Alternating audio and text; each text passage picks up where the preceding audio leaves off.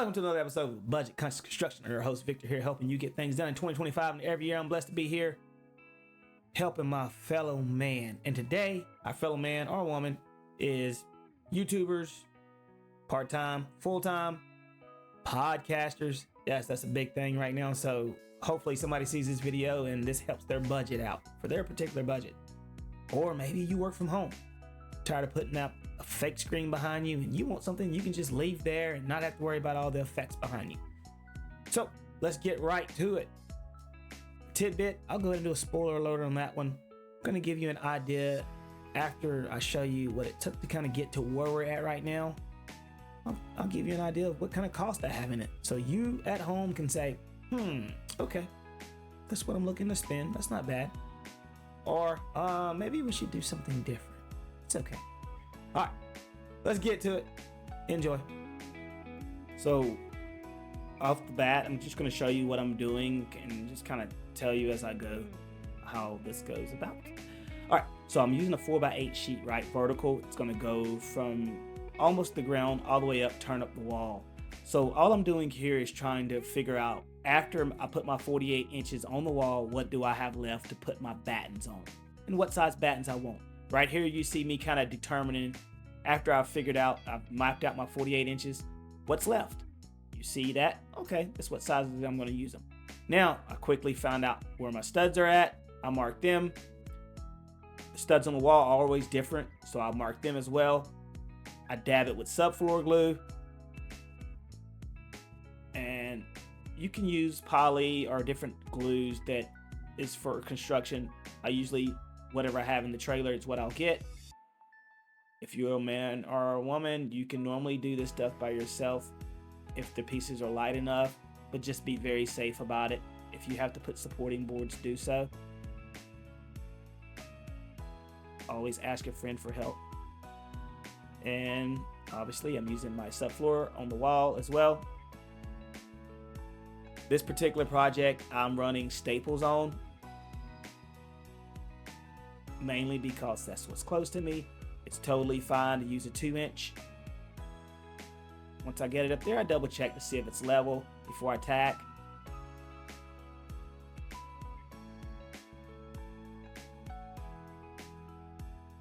Now I'm showing a gap there. So what I did was, because the ceiling was out, I used a shim and I basically fill that gap on each side with a shim, pulls it down so that my oak touches where it's supposed to touch in the crease right there. And then I'll just zap them off. But anyways, as you see, the lines are now being covered up because they were just for looks, so that I had an idea of what it's supposed to look like. This is just your regular oil-based. I think I used it on a mailbox, to be honest with you. It was leftover black paint that I had from my mailbox. I'm using a small roller, mainly because this stuff can get messy and you don't want this black oil paint anywhere near your carpet. So I was really worried about, okay, just making a mess with it. I'm going to use a small roller. See me here dabbing some subfloor on the top of my battens. I am going on the ceiling as well. So I shoot some ceiling pieces onto my wall pieces. That is simply for me to be able to keep them together.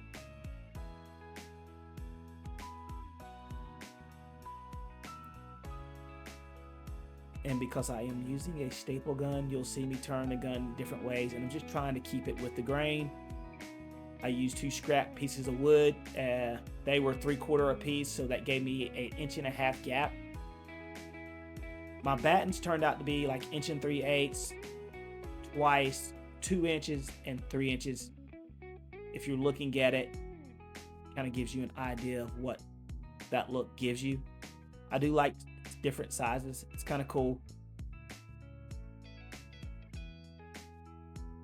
You don't have to go crazy with the subfloor because these pieces are not really heavy, and they do very well once they dry. Now I'll make a shelf to kind of cover the split and also gives it a nice background. I'm using a bit to drill my hole. I think that was a 1/2 inch bit.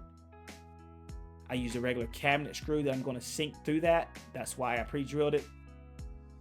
Use my subfloor, my favorite stuff. staple guns. The staples are going to be covered up right there, so I just tacked it to get it up there. If you use a long enough cabinet screw, this particular shelf is only like 3 inches deep, so it will go through the 3/4 oak that's on the back wall and into the stud as well. Depends on what size screw you use.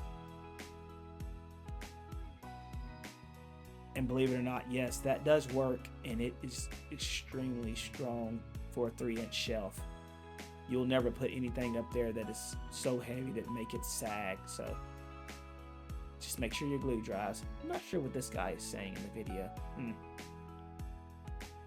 Trying to explain something, but I honestly think I was stalling because I ran out of staples. I had to get my son to go get them.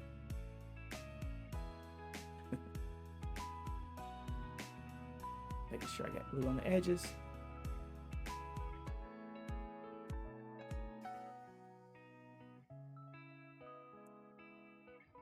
Then you see me face this off with a full, at the store, you're gonna go in there and you're gonna look for like 4/4 solid oak, which is ripped down to 3/4 inches.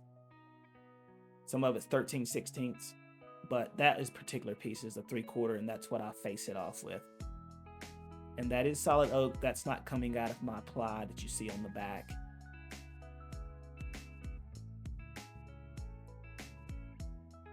And if you're at home watching this and you're like, you're not sure I can tackle this, believe it or not, I'm sure you can. I don't have much time on this wall. I think I used an hour a day. I may have 3 to 4 hours on this wall, if that. This is the project as of now.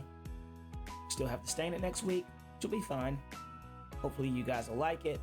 But I want to talk about the tidbit. I'm $140 on the wall behind me. A lot of these deals can be found through Marketplace and other resources. But I will say that if you had to go to the big box store and buy the big 4x8 sheet behind me, which is $200 for a white oak, you could always go to red oak, maple, or birch and cut the cost.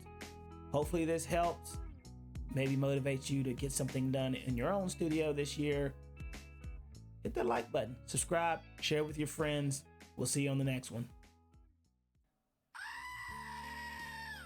This budget's so tight, the goats are saving cheese, mama.